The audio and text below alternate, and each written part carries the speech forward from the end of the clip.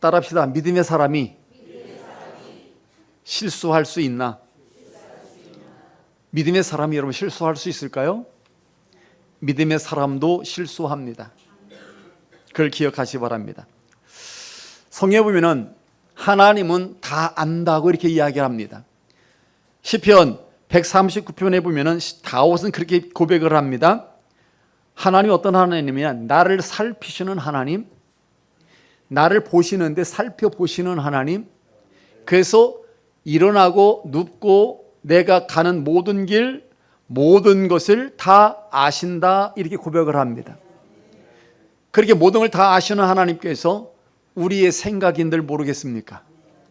우리의 마음인들 모르겠습니까? 우리의 죄인들 모르겠습니까? 아니면 우리의 실수인들 모르겠습니까? 하나님은 다 아십니다. 아시면서도 하나님께서는 여러분 용서하십니다. 할렐루야. 그걸 성경에서는 자비의 하나님이라고 이렇게 말을 합니다. 다 알면서도 여러분 하나님께서는 눈 감아 주신다는 얘기가 있습니다. 다 아셔요. 여러분 그리고 인간은 자기를 또 다 압니다. 내가 잘못하는 거 알아요. 내가 실수하는 거 정말 다 압니다. 내가 알면서도 죄를 짓기도 한다는 것입니다.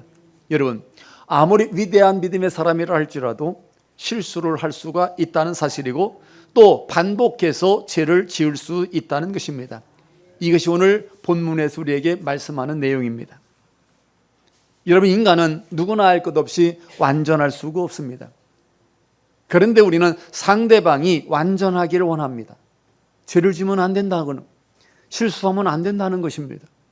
완전하길 요구합니다. 그러면서 본인은 실수하면 그럴 수 있지, 인간이 그럴 수 있다는 것입니다.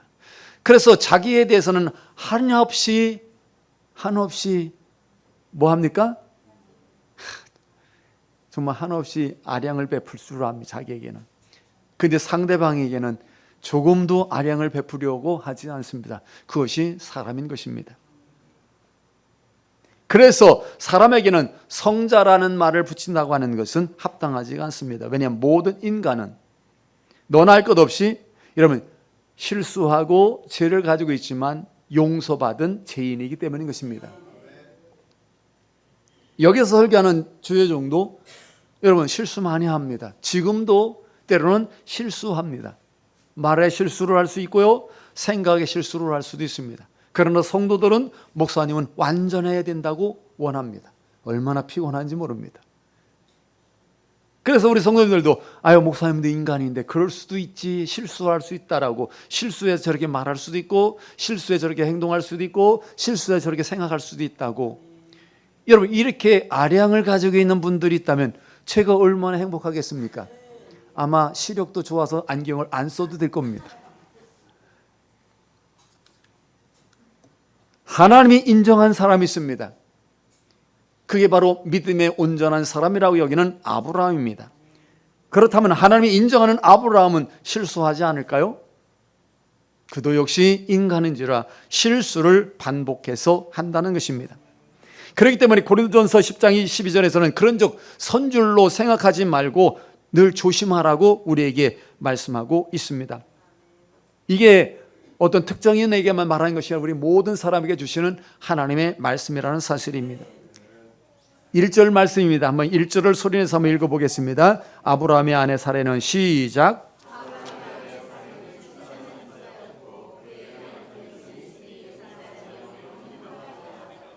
예, 아브라함은 참 믿음이 있는 사람입니다. 그리고 하나님을 신뢰하고 의지하는 사람입니다. 그런데도 그에겐 어떤 때는 두려움이 찾아옵니다. 걱정도 찾아옵니다. 불안도 찾아옵니다. 그래서 여러분 실수를 많이 하게 만듭니다. 그런데 이렇게 그가 걱정이 많고 두려워해서 실수할 때마다 하나님께서 그에게 나타나셔서 꼭 이렇게 말씀을 하십니다. 아브라함아 두려워하지 말아라. 나는 너의 방패요 너의 큰 상급이 될 것이다. 이렇게 말씀을 주실 때마다 그는 영적 체험을 함으로 말미암아서 다시 믿음을 찾게 되어지고 용기를 얻게 되고 힘을 내게 됩니다. 사람은 실수하면 내가 이 정도밖에 안 되는가, 내가 어째 이 모양인가라고 하면서 좌절하고 절망하게 됩니다. 역시 아브라함도 마찬가지입니다. 그럴 때마다 하나님께서는 이런 아브라함에게 나타나셔서 하시는 말씀이 걱정하지 말아라, 두려워하지 말아라, 내가 너의 상급이 되어줄게. 여러분, 이런 말씀을 들을 때마다 용기를 찾을 수 있었고 위로를 받고 여러분 믿음을 회복할 수가 있었습니다. 그 어느 날 하나님은 아브라함을 밖으로 이끌어내십니다. 그러면서 하늘을 보라고 말씀을 하시면서 하늘의 별을 셀 수 있는가라고 이야기를 합니다. 그러면서 말씀하십니다. 네 자손이 이 하늘의 별처럼 셀 수 없을 만큼 많게 될 것이라는 약속을 해 주십니다. 그런데 그 당시에는 아브라함은 아들 하나가 없습니다. 나이는 많이 먹어가는데요. 그런데 자녀가 하나 없습니다. 그런데 하나님께서는 약속하시는 것이었습니다. 하늘의 별처럼 많게 해 주실 것이라고. 그래서 아브라함은 그런 말씀을 들을 때마다 힘을 얻습니다. 위로가 됩니다. 그러면서 하나님께 그렇다면 증거 좀 보여주세요. 영적 증거를 보여달라고 하나님께 요구를 하게 됩니다. 그때 하나님께서는 짐승을 반으로 쪼개라는 것입니다.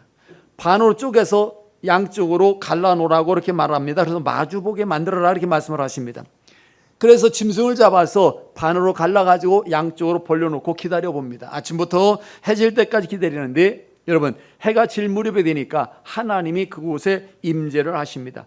불로 임재를 하시는데 햇불 가운데 속에 임재하셔서 그곳에서 사이로 지나가시면서 그곳에서 언약을 맺으십니다. 이런 영적 체험을 하게 되는 이 아브라함이 믿음이 약해지다가도 다시 믿음이 막 뒤살아납니다. 내가 이렇게 나이 많이 먹어가지고 이제는 아이를 못 낳을 텐데 라는 이런 걱정이 오다가도 여러분 이런 영적 체험을 통해서 힘을 찾고 용기를 내고 일어나게 됩니다. 이런 것을 하나님 보시고 그를 의라고 여겨주셨습니다. 오늘도 여러분 마찬가지입니다. 삶을 살다 보면 답답한 일을 겪게 되고 걱정되는 일들이 옵니다. 불안하기도 합니다. 그럴 때는 힘을 잃어버립니다. 의욕도 상실됩니다. 여러분 이럴 때 우리 믿음의 사람들은 하나님 앞에 찾아 나와서 예배를 합니다. 이런 예배를 통해서 영적인 하나님의 경험을 하게 됩니다. 말씀을 통해서 격려하시고 여러분 이런 여러 가지 환상 가운데 속에 때로는 이런저런 가지로 말미암아서 경험을 하게 만듭니다. 이런 것들이 오늘날 우리에게는 때로는 힘을 주어주고 위로를 갖게 만들어주고 다시 삶의 의욕을 갖게 만들어준다는 것입니다. 우리 성지교회가 이런 교회가 되어야 될 줄로 믿습니다. 삶을 살다 보면 세상에서는 걱정되는 일들도 많아서 힘을 잃고 만들고 불안하게 만들고 하면서 힘을 잃게 만들지만 의욕도 없고 여러분 목적도 상실되어지고 소망도 없어지는 그런 가운데 속에 살다가도 하나님 앞에 찾아 나와서 예배하면 아브라함이 격려하며 하나님을 경험하듯이 하나님이라는 은혜를 경험함을 통해서 힘을 얻고 다시 용기를 찾는 그러한 놀라운 믿음의 회복들이 일어나는 일들이 우리 교회에 계속해서 일어나야 된다는 것입니다. 이제 아브라함도 말씀을 들으니까 힘을 얻었습니다. 하나님의 환상 가운데 속에서 격려하심을 통해서 용기를 되찾았습니다. 그래서 이제는 영적인 힘을 가지고 믿음을 회복해가지고 가정으로 돌아옵니다. 여러분 가정에 돌아오면 어떤 일이 생깁니까? 와보니 현실이라는 것이 기다리고 있습니다. 현실은 그대로입니다. 나라에게 힘들게 하는 그 현실이 그대로 있습니다. 걱정하게 만드는 현실이 그대로입니다. 변한 게 아무것도 없습니다. 본문에서는 그게 무엇입니까? 바로 현실이 뭐냐? 아브라함에게는 사레라고 하는 부인이었습니다. 사레라고 하는 아내가 애를 낳지 못한다는 것 때문에 낙심하고 불안해하고 걱정하고 근심하고 있는 그 모습과 함께 더불어 또 가정을 이루며 같이 살아가야 되는 것입니다. 하나님 앞에 섰을 때는 하나님이 위로해 주시고 하나님 말씀을 주시고 환상을 주시고 그래서 희망을 갖고 용기를 갖고 믿음이 회복되어서 찾아왔는데 현실은 또 그게 아닙니다. 여전히 답답한 현실이 그대로 있습니다. 걱정하고 있는 모습이 그대로다라는 것입니다. 여러분은 안 그런지 모르겠습니다. 여전히 애를 낳지 못하고 있습니다. 여전히 오늘 본 말씀처럼 사례는 고민을 하며 걱정을 하고 있습니다. 육체의 나이는 점점 먹어가며 늙어가고 있는데 이제는 내가 어떻게 애를 낳을까라고 하는 걱정이 사라지지 않고 사로잡혀서 전기전긍하는 그 모습이 현실입니다. 하나님이 약속을 받아서 왔습니다. 너 하늘의 별을 보라고. 그래서 그렇게 많은 자녀에게 너에게 줄 것이니까 걱정하지 말라고 하는 말씀을 받아서 환상 가운데 증거를 받아 체험을 받아서 힘을 얻어가지고 집에 왔는데 아직도 여전히 아내는 나이가 많이 먹어서 이제는 애를 못 낳는다고, 이제는 애 낳을 가능성이 사라졌다고 걱정하고 염려를 하게 됩니다. 이것이 사라의 현실이었습니다. 걱정 것이면 그녀에게 여러분 어떻게 합니까? 부정적인 생각을 가져다 주었고 인간적인 생각을 갖게 만들어 줍니다. 오늘도 마찬가지예요, 성도 여러분. 믿음이 사라지고 걱정과 근심이 찾아오기 시작하면 이상한 생각들을 합니다. 인간적인 생각, 불신앙적인 생각을 막 하게 됩니다. 그래서 사람들이 쉽게 할 수 있는 게 뭐냐? 세속적 방법. 말씀 붙잡던 사람이 말씀을 내려놓고 세속적 방법을 취하게 되더라, 그 얘기입니다. 하나님 뜻과 맞지도 않지만 모든 사람들이 다 그렇게 산다는 겁니다. 세상에 많은 사람들이 다 그렇게 살아가는데 그래 별로 죄책감도 없이 자기도 그 쉬운 그 방법을 선택하여서 가더라, 그 얘기입니다. 아마 사례는 이렇게 생각했을 것입니다. 그래, 내가 이 나이에 아이를 갖는다는 것은 불가능해. 그런데 내게 있는 게 있어. 그게 뭐냐? 아주 젊고 건강한 몸종, 하인 하나가 여종 하나가 있는데 그게 하갈이 아닌가? 그렇다면 내가 있는 이것으로라도 아이를 낳아야 되겠구나. 그것이 잘하는 거야. 이렇게 생각을 하더라, 그 얘기입니다. 오늘도 이렇게 생각하고 있는 분들 많이 있을 겁니다. 그러나 그것은 믿음의 생각이 아니었고 하나님의 약속도 아니었습니다. 단지 답답하기 때문에 들었던 생각이었을 뿐입니다. 이러한 사라의 생각은 사라만이 하는 생각이 아니라는 것입니다. 남편도 보십시오. 아브라함도 마찬가지였습니다. 이제 아이가 없다고 하나님께 투정을 합니다. 이게 현실입니다. 하나님 앞에 서서 기도하고 하나님 앞에서 은혜를 받을 때는 하나님의 말씀을 받고 하나님의 간증과 하나님의 살아계신 음성을 들을 때에는 확신과 믿음을 가지고 있다가도 현실을 바라볼 때에는 이렇게 낙심하고 이렇게 엉뚱한 생각을 하고 이게 인간이더라, 그 얘기입니다. 여러분은 안 그렇습니까? 교회만 오면 다 할 것 같고 확신이 생기고 막 믿음이 불같이 일어나고 그래서 막 하나님 감사합니다. 그러다가도 막상 가서 현실에 부딪히면 또 사르르 시끄러지는데 그게 바로 아브라함이었다, 그 얘기입니다. 여러분, 아무 이상할 게 아무것도 없습니다. 이게 인간이라는 것입니다. 그래서 아브라함도 하나님께 이게 투정을 합니다. 하나님, 이제 내 몸에서 언제 애가 나옵니까? 이제 양자를 삼아가지고 이제 약속의 자식을 삼겠습니다. 하나님께 투정을 하게 됩니다. 그런데 하나님이 이 말을 들으시고 정면으로 양자는 아니다. 네 몸에서 태어나는 씨가 약속의 자녀다. 또 분명히 말씀을 하십니다. 아브라함은 생각합니다. 사라도 생각합니다. 아니, 우리는 나이가 이렇게 많이 먹어가지고 애를 낳을 수도 없는데 이 늙은 몸에서 무슨 애를 낳을 수 있다고 자꾸 하나님 그렇게 말씀하시는가? 아주 쉬운 방법이 있는데 하나님의 방법보다 하나님의 말씀보다 인간의 쉬운 방법을 선택하게 되는데 그것이 하갈을 선택해서 첩으로 두어서 애를 낳는 것이었습니다. 이것이 바로 인간의 생각이었던 것입니다. 마치 씨바지를 통해서라도 애를 낳겠다는 것이었습니다. 2절입니다. 자, 2절 읽어보겠습니다. 사레가 아브라함에게 시작.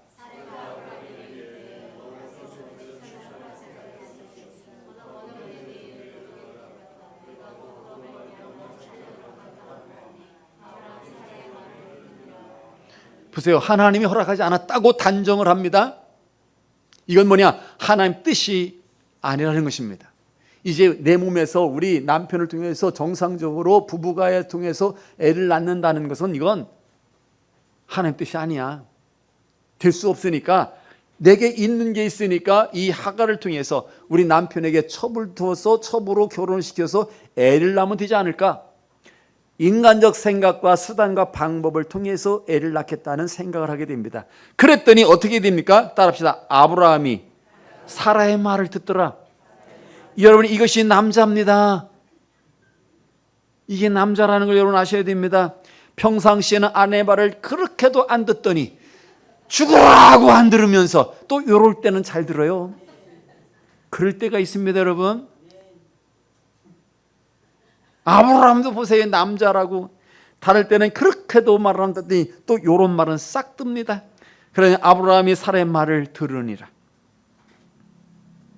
여러분, 사라의 실수는 자신이 임신하지 못하는 것이 바로 하나님이 허락하시지 않았기 때문이라고 단정했다는 것입니다.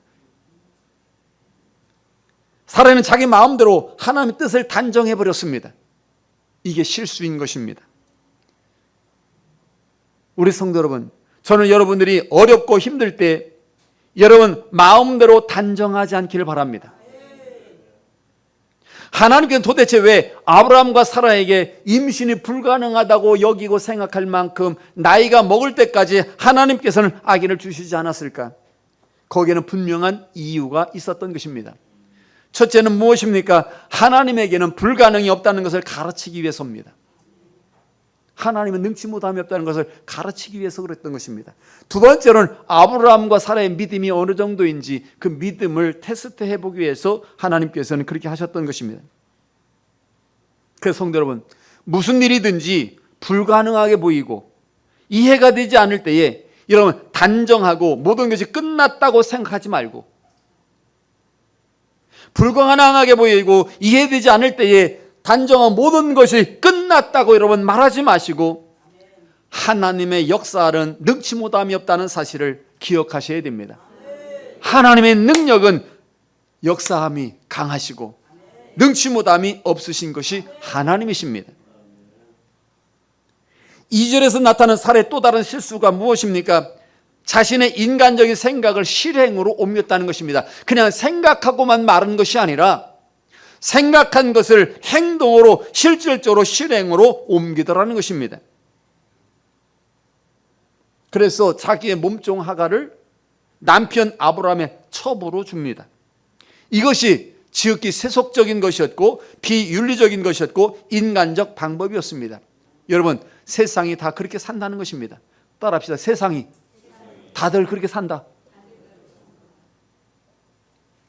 세상 다 그렇게 산다는 겁니다.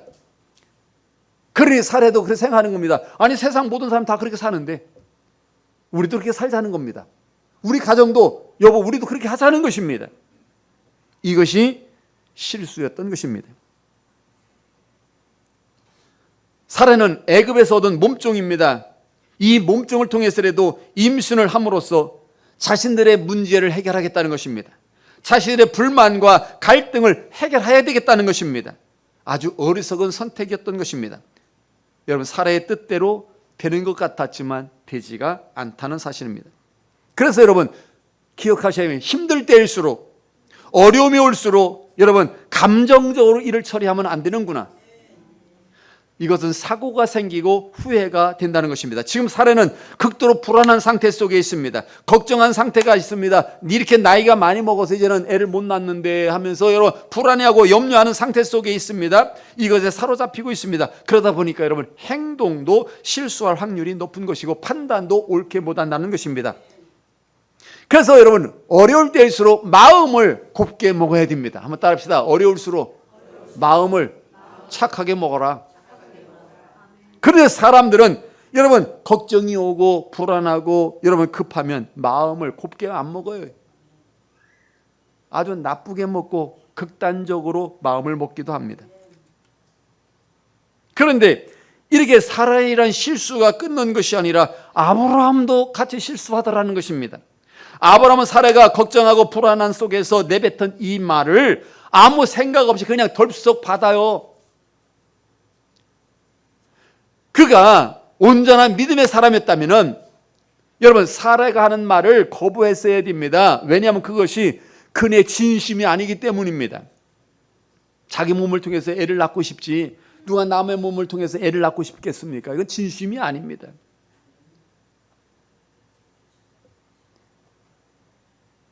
그런데 사라의 진심이 아닌데도 보십시오. 투정을 하고 갈등을 표현하는 겁니다. 그게 뭐냐? 내 종을 통해서 아기를 좀 낳으라고. 이렇게 방법이 있지 않느냐? 좋은 계획이 있지 않느냐? 이렇게 하라고, 소원을 이렇게 해서 이루라고. 우리 마음과 계획을 좀 이루자고. 이런 방법, 이런 좋은 기회가 있는데 왜 안 하느냐는 것입니다. 여러분, 이렇게 말할 때에 남편인 아브라함은 그렇게 말을 했어야 됩니다. 여보, 당신이 요즘에 오죽하면 그렇게 생각을 하겠소. 오죽하면 그렇게 말을 하겠소. 그러나 포기하지 마시오.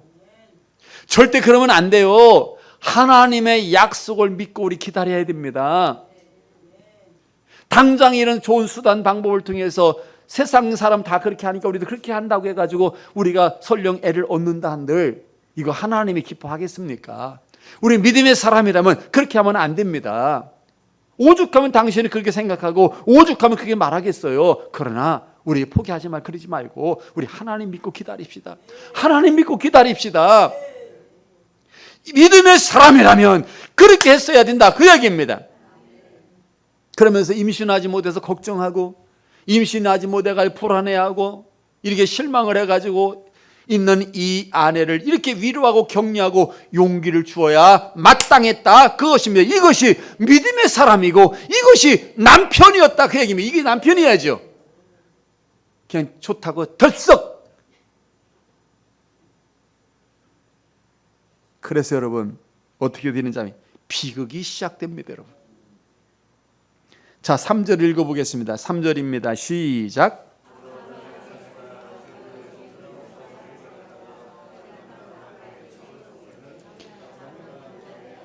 아브라함이 이제 하나님 말씀을 믿고 순종해서 떠납니다.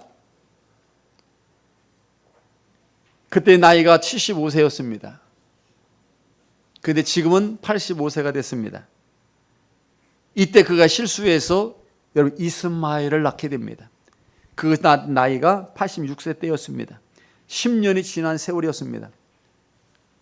여러분 10년의 세월이 지났지만은 그는 계속해서 이렇게 넘어지고 계속해서 실수하고 있습니다. 누가요? 아브라함이 말입니다. 여기서 우리가 배우게 되는 것입니다. 뭡니까? 사람이 세월이 가고 나이를 먹어도 있잖아요, 실수할 수 있는 게 인간이구나.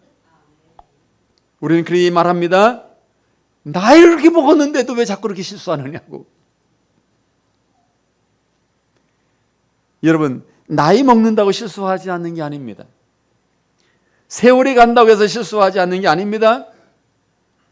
세상을 사는 요령이 늘고 기술이 늘고 발달할 뿐이지 인간은 여전히 세월이 가고 나이를 먹어도 여러분 실수할 수밖에 없는 존재라는 것입니다. 4절을 한번 읽어보겠습니다. 4절입니다. 시작. 아브라함이 하갈과 동침하였더니 하갈이 임신함에 그가 자기 임신함을 알고 그의 여주인을 멸시한지라. 보십시오. 이제는 아브라함이 사례가 자기들의 생각대로 성공했습니다. 그렇게 평생 원하던 아들을 얻었습니다. 얼마나 잘 됐습니까? 역시 생각대로 잘 된 겁니다. 우리 계획대로 잘 돼서 성공한 것입니다. 그래서 어떻게 이렇게 아갈과 여러분 아브라함이 자기하고는 수십 년 같이 살면서도 안 생기던 이 아들이 하갈과 동침하자마자 다크덕 임신을 해가지고 여러분 아들을 낳게 되는데요. 세상에 이렇게 쉽게 잘 풀릴 수가 있을까? 너무 쉽게 이루어졌습니다. 그런데 여러분 보십시오. 상상하지 못한 일이 일어납니다. 하갈이 몸종이 임신을 하니까 사람이 바뀌어집니다. 이게 인간입니다, 여러분. 없을 때하고 있을 때 사람이 이게 달라집니다. 사라의 이게 몸종인데 주인 행세를 합니다. 거꾸로 돼버렸습니다. 이제 사라가 몸종처럼 돼버리고 하갈이 주인처럼 됩니다. 그래가지고 여러분 막 멸시합니다. 하갈이 막 주인을 막 멸시합니다. 조롱합니다. 이게 무엇입니까? 여주인 노릇을 하겠다는 것입니다. 이건 사례가 원했던 일이 아닙니다. 상상했던 일이 아닙니다. 그냥 애만 낳아주면 된다고 씨바지로 세상 다 그렇게 사는데, 그래서 내 뜻대로 이루어가지고 씨바지로 해가지고 아들만 하나 얻으면 되는데, 이놈의 것이 역전이 돼가지고 이제 자기가 괄시를 당하고 멸시를 당하고 자기가 노예처럼 돼버리고 이 하갈이 주인처럼 돼버렸습니다. 그러니 감정이 어떻겠습니까? 여러분 짐작이 가지 않습니까? 얼마나 분하겠습니까? 얼마나 원통하겠습니까? 막 속이 막 뒤집혀집니다. 아유, 이제 살 의욕도 없어지고요. 막 신경질적으로 변합니다. 사례가. 여러분, 원하는 대로 생각하는데도 아들을 얻었으면 기쁘고 행복하고 좋아야 되는데 생각대로 되지 않습니다. 5절을 읽어보겠습니다. 시작. 사레가 아브라함에게 이르되 내가 받는 모욕은 당신이 받아야 옳도다. 내가 나의 여종을 당신이 품에 두었거늘 그가 자기 임신함을 알고 나를 멸시하니 당신과 나 사이에 여호와께서 판단하시기를 원하노라. 욕을 먹고 멸시를 당하니까 얼마나 분하고 억울한지요. 자, 보십시오. 실수는 누가 했습니까? 실수는 누가 저질렀습니까? 여자분들이 많다고 여자 편 안 드시는데 어쨌든 여자가 실수했습니다.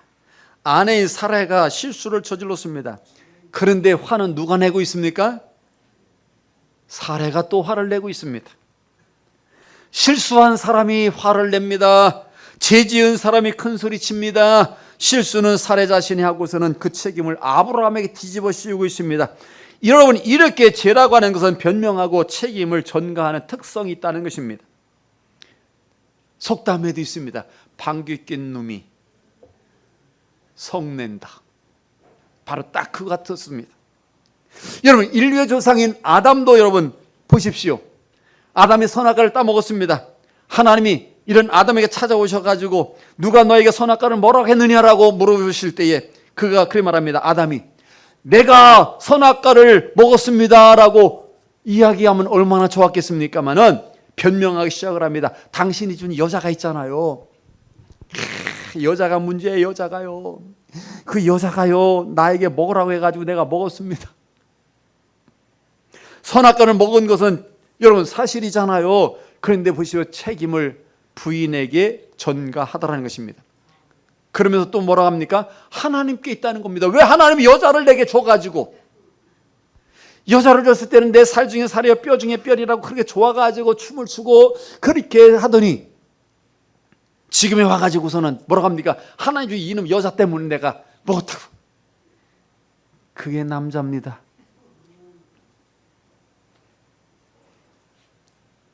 여러분, 이렇게 책임을 전가합니다. 변명합니다. 이게 뭡니까? 바로 연약한 인간의 죄성이, 죄라는 것이 이런 특성을 가지고 있습니다. 사례는 적극적으로 아브라함에게 항의를 합니다. 모든 실수는 따라서 당신 때문이라고. 아니, 자기가 모든 걸 생각을 해서 자기가 일을 저질러 놓고 그냥 나는 하라는 대로 한 것뿐인데, 그런데 이젠 다 당신 때문이라고. 성도 여러분, 이런 상황에 부딪혔을 때 여러분 현명하게 대처할 수 있기를 주의 이름으로 축복합니다.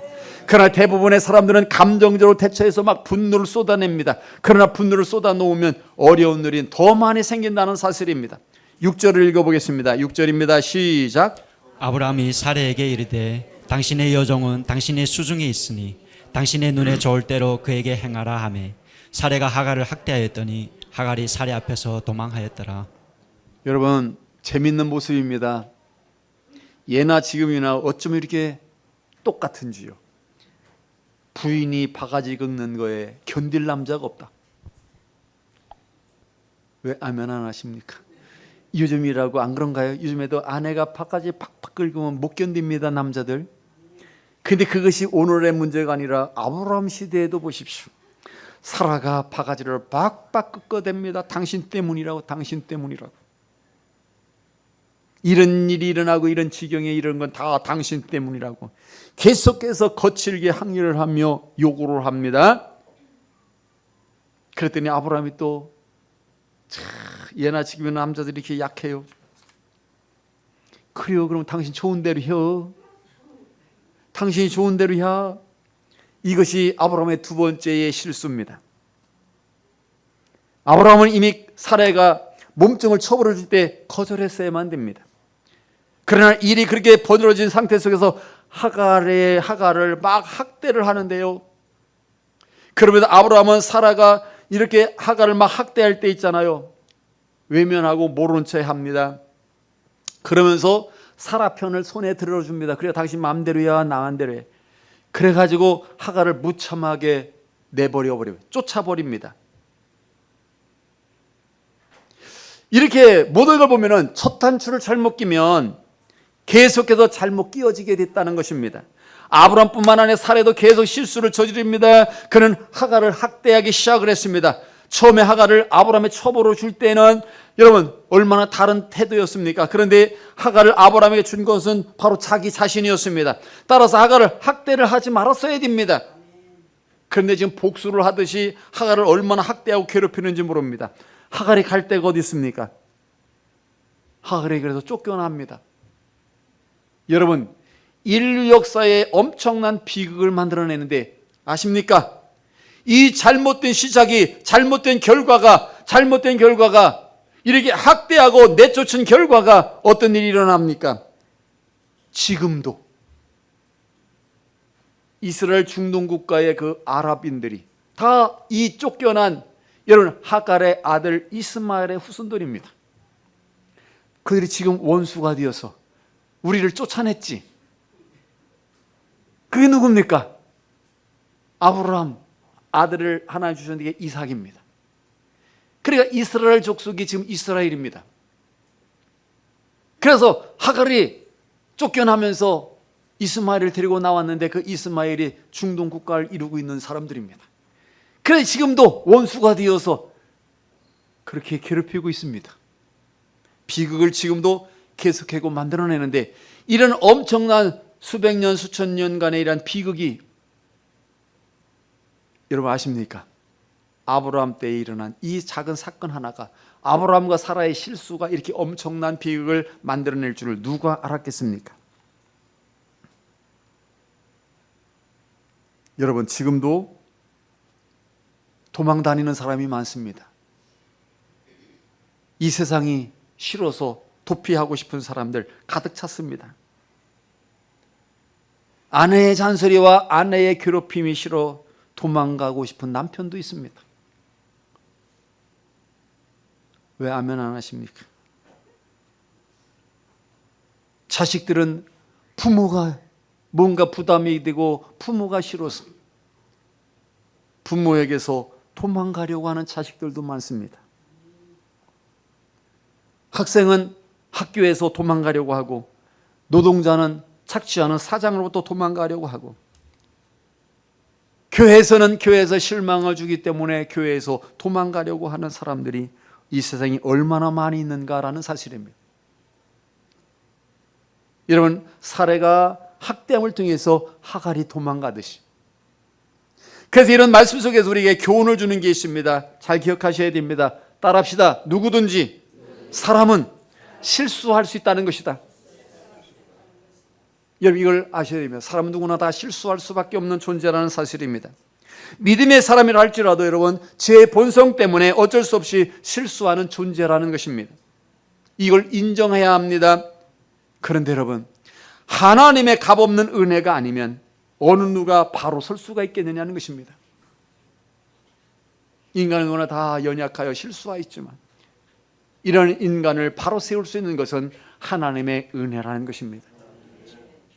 그래서 우리가 믿음의 경주를 끝까지 할 수 있는 것은 우리가 실수를 하지 않아서가 아니고 내가 완전해서가 아니라는 사실입니다. 실수를 하고 부족하지만 하나님께서 붙잡아 주시기 때문이라는 것을 여러분 알아야 됩니다.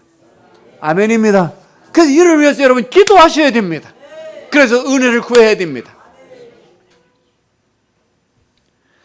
하나님께서 아브라함을 믿음의 조상으로 삼으신 것은 여러분 그가 실수하지 않아서가 아닙니다. 믿음이 아주 뛰어나서가 아닙니다.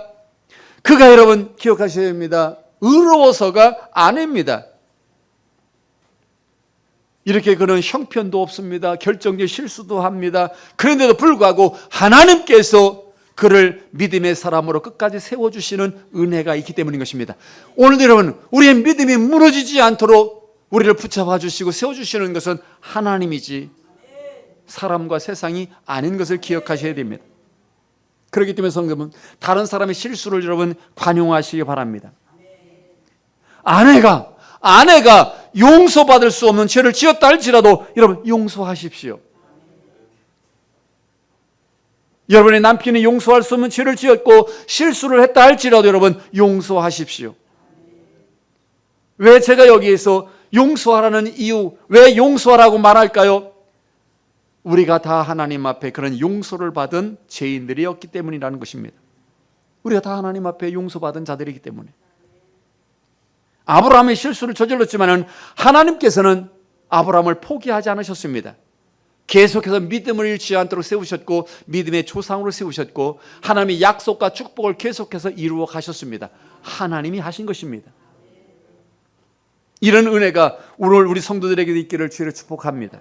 여러분의 가정과 여러분의 인생과 여러분의 자녀들에게도 실수를 하지만 때로는 죄를 짓기도 하지만 이런 날을 하나님은 계속해서 포기하지 않으시고 붙잡아 주시고 믿음을 잃지 않도록 믿음을 세워주시고 약속을 이루어 가시고 축복하시는 하나님, 이런 은혜가 있기를 주의 이름으로 축복합니다. 우리는 성령의 놀라운 능력과 인도하심과 붙잡힘 때문에 오늘까지도 믿음을 포기하지 않고 믿음의 경주를 할 수 있었던 것입니다. 하나님은 왜요? 신실하시기 때문입니다. 하나님은요 용서하시는 하나님이기 때문입니다. 하나님은요 우리가 실수를 하고 죄를 지었다 할지라도 끝까지 기다려주시고 포기하지 아니하시고 우리를 바라보시고 용서하시는 하나님이시기 때문에 그런 은혜로 인하여 우리가 믿음의 경주를 끝까지 달릴 수가 있었던 것입니다. 두 번째는 무엇입니까? 여러분, 어려울 때에 힘들 때일수록 여러분 인간적인 그런 방법을 동원하지 마십시오. 그래서 이번 금요기도회 때 제가 말씀드렸습니다. 믿음의 사람은 무기를 붙잡는 게 아니라 말씀을 붙잡는 사람들이에요. 무기가 무엇입니까? 인간적 방법과 수단입니다. 인간적 수단과 방법을 가지고 있으면 쉽게 할 것 같지만은 결과가 좋지 않습니다. 우리 믿음의 사람들은 이런 말씀을 붙잡는 자들입니다. 그래서 여러분 힘들고 어려울 때일수록 인간적 방법을 써서는 안 된다는 것입니다. 세속적 방법을 흉내내서는 안 된다는 것입니다. 어렵고 힘들더라 할지라도 아브라함과 사레가 여러분 말씀을 붙잡기보다는 세상적 방법을 선택했기 때문에 이런 비극을 만들어냈던 것입니다. 그리고 어렵다고 해서 감정적으로 대처하지 말고 손쉬운 인간적인 생각을 선택하지 마시고 고난을 참고 고통을 견디십시오. 왜요? 반드시 하나님께서는 그런 가운데 속에 길을 여십니다. 그런 가운데 속에 하나님 반드시 역사하여 가신다는 사실입니다. 그렇기 때문에 어려운 길이 있다 할지라도 그곳을 택하십시오. 좁은 길이 있다 할지라도 그 길을 택하십시오. 고통이 있다 할지라도 그 길을 택하십시오. 그곳이 믿음의 길이라면, 그것이 하나님이 원하시는 길이라면, 그것이 하나님 뜻하신 길이라면 그 길을 선택해서 가는 것입니다. 그래서 아브라함은 인간적인 생각과 방법을 택함으로 말미암아 실수를 저질렀습니다. 그 실수가 오늘 이날까지 비극적인 모습으로 나타나고 있다는 사실입니다. 말씀을 정리합니다. 여러분, 우리가 실수를 한다 할지라도 하나님은 절대로 우리를 향한 놀라운 계획을 포기하지 않습니다. 할렐루야. 하나님은 포기하지 않습니다. 탕자가 실수를 해서 탕화가 되어 모든 걸 탕진하고 죄를 지었지만 아버지는 포기하지 않고, 형은 포기하는데도 아버지는 포기하지 않습니다. 그것이 하나님 사랑이라고 예수님이 설명해 주셨습니다. 인간의 실수는 여러분 하나님의 사랑을 포기시킬 수가 없습니다. 인간의 죄는 하나님의 사랑을 막을 수가 없습니다. 따라합시다. 실수보다 죄보다 하나님의 사랑이 크다. 그래서 하나님은 절대로 포기하지 않는다는 사실입니다. 믿음의 사람도 여러분 실수합니다. 저도 실수합니다. 믿음의 사람은 그러나 하나님의 은혜로 다시 일어선다는 사실을 여러분 기억하셔야 됩니다. 오늘 말씀을 통해서 우리는 기억해야 돼요. 아, 믿음의 사람도 실수하는구나. 그러나 실수하는 사람이라 할지라도 실수한다 할지라도 하나님의 은혜가 다시 일으켜 세우는구나. 오늘 행여나 무엇이 여러분을 실수하게 만들고 후회하게 만들고 지금 낙심하고 좌절하고 이렇게 비극적 가운데 있다면 여러분 기억하십시오. 나는 나를 포기해도 하나님이 나를 포기하지 않는다. 나를 하나님의 은혜로 반드시 세워주신다는 사실을 기억하셔야 됩니다. 그래서 여러분 하나님의 말씀을 굳게 붙잡으시기 바랍니다. 힘들고 어려울 때일수록 인간의 방법을 선택하지 마시고 믿음을 지키면서 믿음으로 계속 전진하시기 바랍니다. 반드시 하나님은 약속하신 것을 이루어 가시는 복의 하나님으로 여러분에게 나타나실 것입니다. 기도하겠습니다.